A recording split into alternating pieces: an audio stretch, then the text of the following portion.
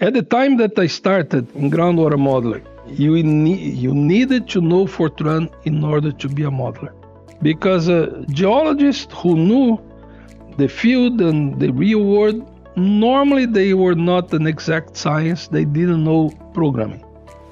Mathematicians knew programming, but had no reality checking. They were more concerned about the accuracy of their calculations. When we first developed the first GUIs, we had criticism from the people that were at the time leading the groundwater modeling science. They are saying, "Oh, you're putting a gun in the monkey hand. People will not know what they are doing. They will be more impressed with the graphics and not impressed with the accuracy of the calculations." So we had criticism of putting in the hands of people that didn't understand what's under the hood. And I used to say, look, to drive a car, you don't need to understand the details of your engine.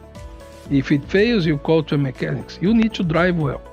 And actually, we saw an improve in the quality of the models by doing that, because all of a sudden, thousands of people that actually understood the field could start using and see whether the parameters made sense or not. Groundwater modeling is essentially a multidisciplinary tool.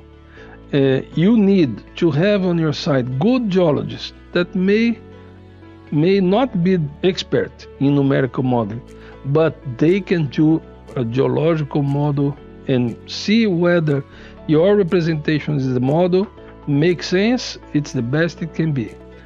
You need the geochemistry, because also if you deal with geochemical reactions, if you are doing contaminant transport modeling, you need to understand the geochemistry. You may need biologists if you are doing any kind of bacteria, biodegradation, viral contamination, and so on. You need people that understand what's under the hood for numerical models. You need people from GIS to actually get all the data. You need data science to get the data in a proper format for you to consume. So it's very multidisciplinary. Hydrologists, because you need to also understand what are the recharge rates, if the surface groundwater interaction, and so on. So it's very important that you have these multidisciplinary tools.